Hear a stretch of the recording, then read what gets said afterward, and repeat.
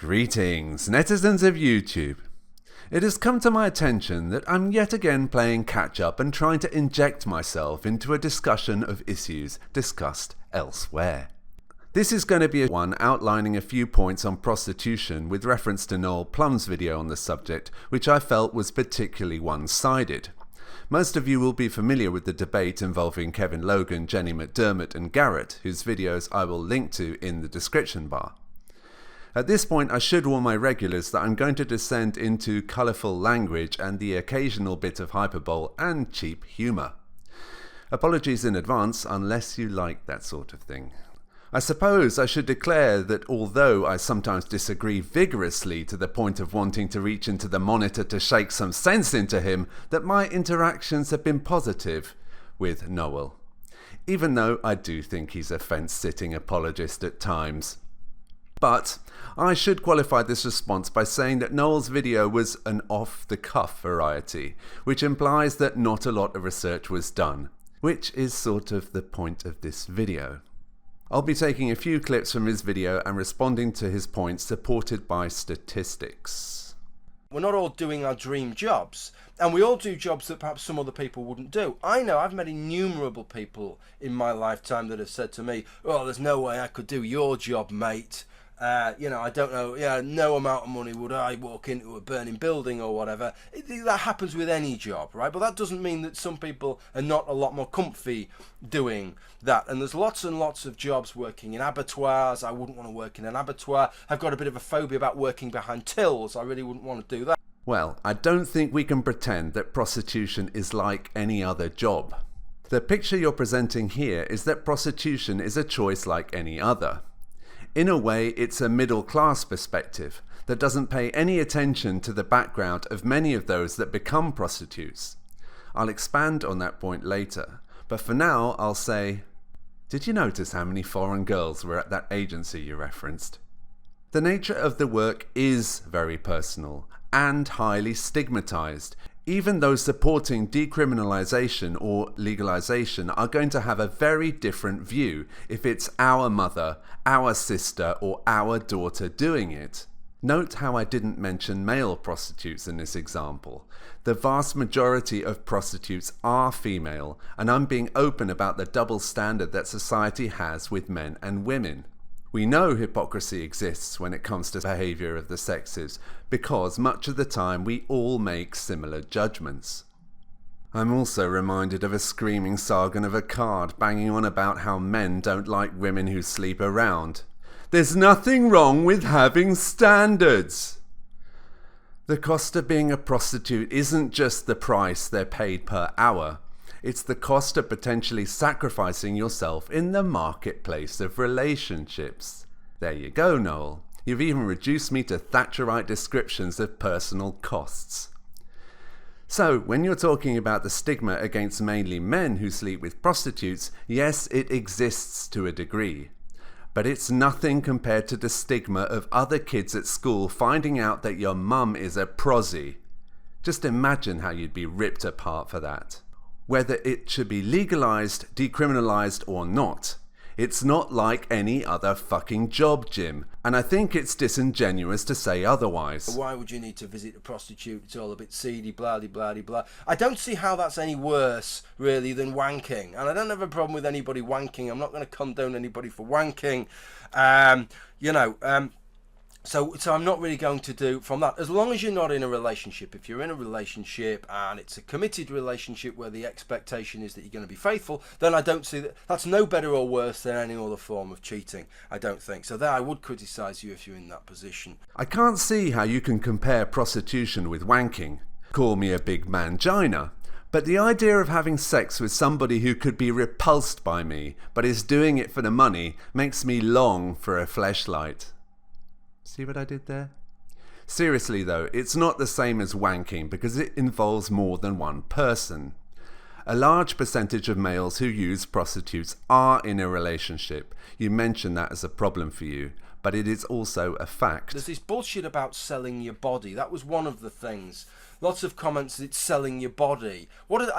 That's just ridiculous coloured language from the outset, and that's the kind of language that I hate to see in conversations, because that's not arguing the point, that's trying to get a kind of auto win through choice of language. Prostitutes are not really selling their body. If you sell a kidney, right, it doesn't mean that somebody can have a bit of a fondle of your kidney for 20 minutes, but otherwise you get to keep it. You sell your fucking kidney, that is the last that you see of your kidney. Why? Because you've sold your kidney.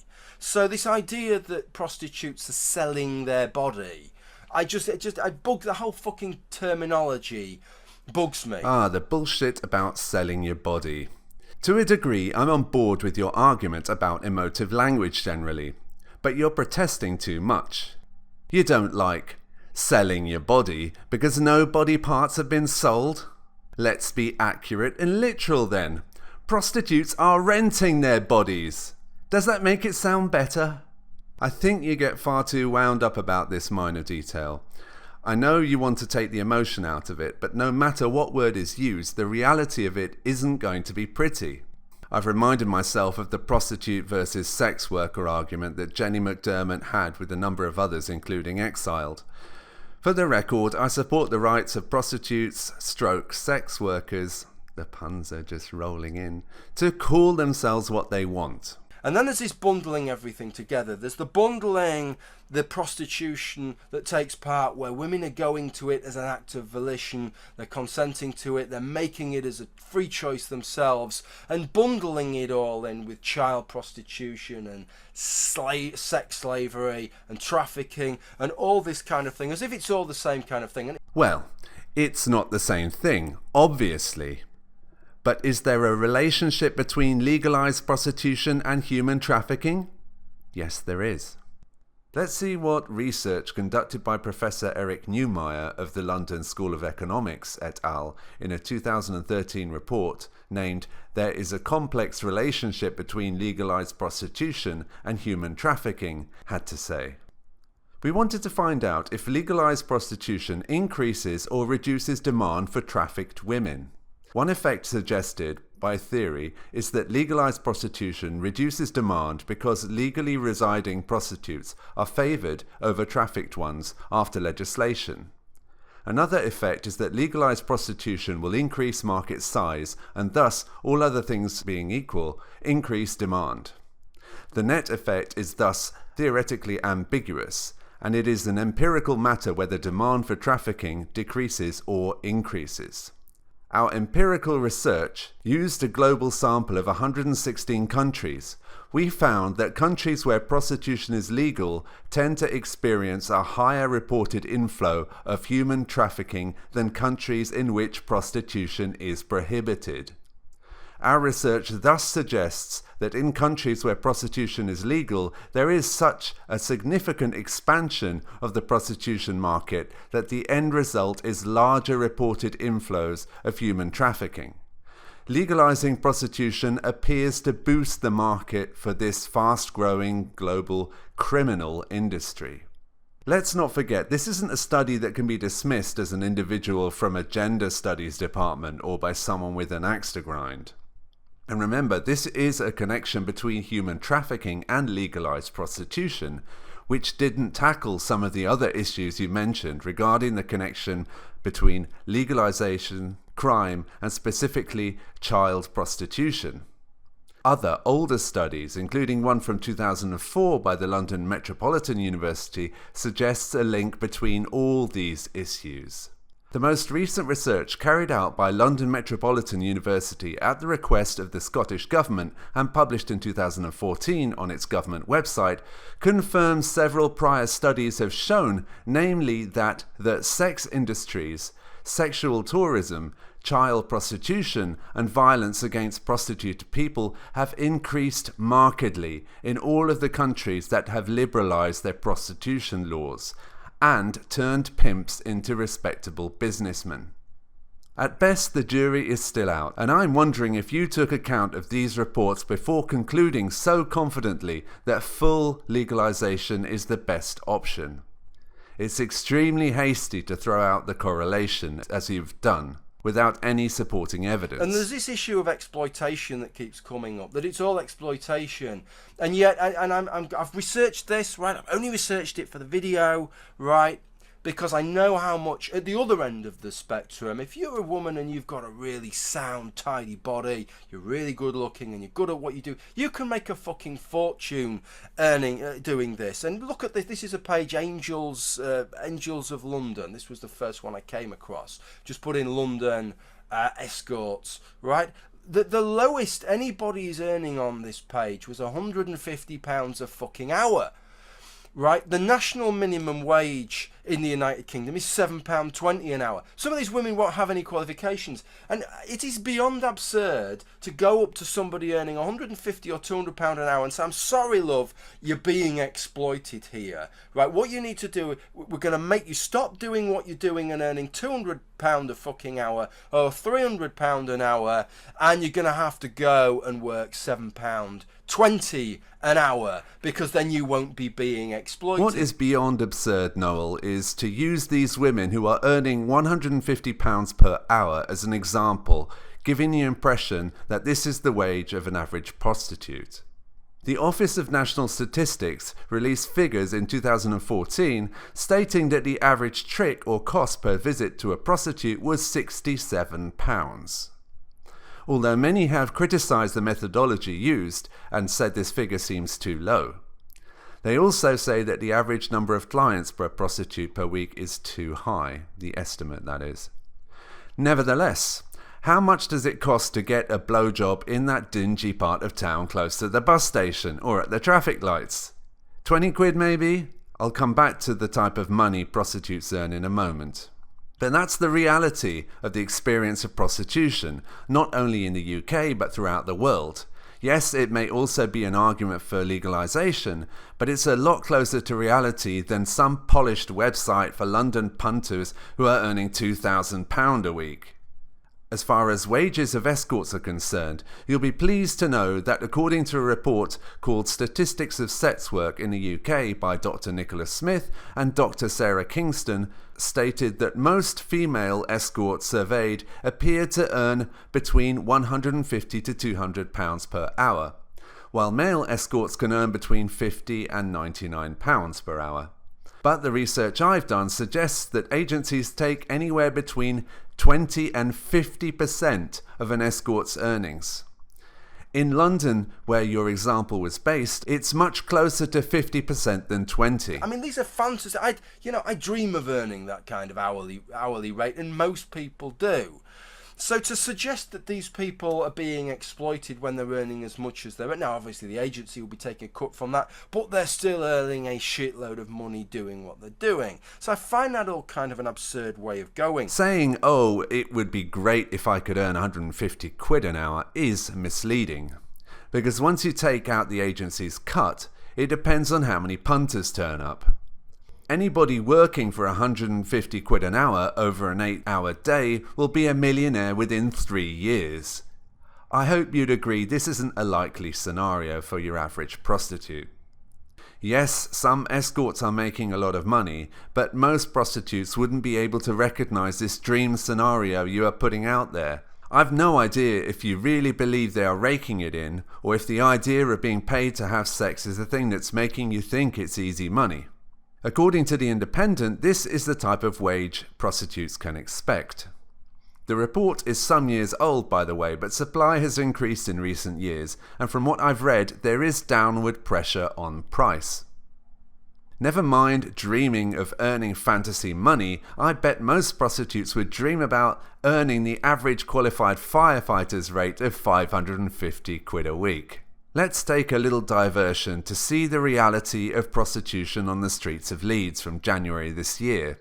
Hollebeck is the town's red light district where prostitution has been effectively decriminalised, or not so effectively decriminalised, I should say. Catherine explained she could make £100 to £200, depending on how long she stayed out on the street for. That would mean me going home in the morning, though. That could be 3 to 5 punters. I don't get in the car for less than £20 me. The mum of two said she used to be addicted to crack and heroin but isn't any longer, and explained she charges 20 for oral sex, 30 for sex and 40 for both, adding, "That depends on what customer you get though." She added, "I was a receptionist before this, then I got into drugs. I was on crack and heroin then. A lot of the girls are on drugs. That's what drives them." I think that gives a much more realistic portrayal of the life of a prostitute than a glitzy website. For me, the way is legalization, not decriminalisation, not just papering over a few craps. It's go the whole fucking hog. The problem is the criminalisation of it. The problem is the stigma as well. Now, the stigma's a slightly tougher thing to deal with, I'm afraid, and it's something that both sides, I'm afraid, there's sniffy pricks on the left and sniffy pricks on the right, and a plague on both their fucking houses, because the stigma that goes along with it is part of the problem. And if you're one of the peddlers of that stigma, and I think you're part of the problem, if we could remove the stigma, I maintain, fully legalise, right? And I'm not just talking, the bigger, the bolder, the mega brothel that you have, the more in your face it is, the more a part of society it becomes, then the easier it becomes to license, to regulate, to observe. The stigma isn't just from the political left and the political right. The stigma about prostitution is in society and among people. I hate to go back to using emotive style examples, but I'm forced to. How would you feel if your daughter decided to become a prostitute? Even if you were all made up about her getting a new job, do you think you'd brag about it? Or have a little natter to her boyfriend about it? I'm not trying to be offensive, I'm just pointing out that the politicians are a bunch of morons on this issue because they represent society's views on the matter. But can you remove that stigma if you expect society to? The idea of removing the stigma is much more complicated than opening up a spanking new, if you pardon the pun, sprawling super brothel and blaming the left and the right. And by the way, if that were ever to happen, all that money you think they're earning will go down the tubes, as a flooded market could well mean cheaper items for sale, rent. If you think that popping along to the brothel will ever have the same ring to it as going down the pub, it's going to take a sea change in attitudes. As we can see here, the hypocrisy of society mirrors our own. I won't go on because this video needs to be put out this month preferably, but to summarise, many prostitutes are people from disadvantaged backgrounds and don't choose the profession insomuch as it chooses them. If it is a serious career profession, where are all the middle-class prostitutes, outside of a small minority of elite prostitutes working in London? What I'd like, Noel, is for you to make an argument on principle, rather than to create some ideal scenario of a prostitute having a dandy time making money. Have the courage to say, for example, that even if a woman who is sexually abused in care and is prostituting herself because of her heroin habit, making £150 a week and living in a shoot-up gallery, then that is her choice. You might think this is an extreme example, but state clearly that this isn't exploitation of a vulnerable person and explain how a regulated market will make her life better. Let's focus on the interests of those stuck in this situation, rather than your using examples of women doing well to prove your argument. Having said all of that, I'm still not going to come out against the decriminalisation of prostitution. I freely admit to having issues with prostitution, in that I don't like what it says about humanity. I don't like the fact that every fucking thing has to be a transaction. And I object to the fact that disadvantaged people, such as those in poverty, living on the streets, formerly abused, and drug addicts, often feel forced into it through financial necessity.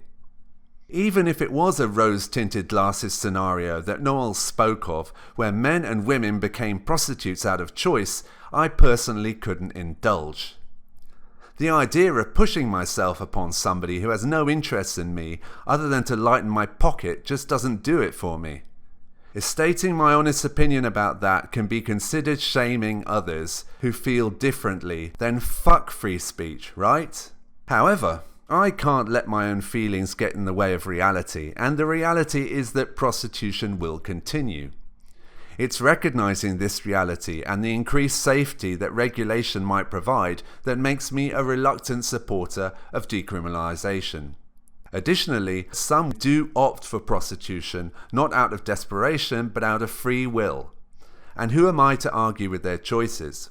But my support for decriminalisation would be dependent on statistics concerning safety, crime, health, and issues like trafficking that I mentioned. My final question to you, Noel, is what would change your mind about legalisation? Are you pragmatic on this issue, or are you really convinced that a market-based approach with regulation is always the best option? How much do you charge for a quickie, Jim?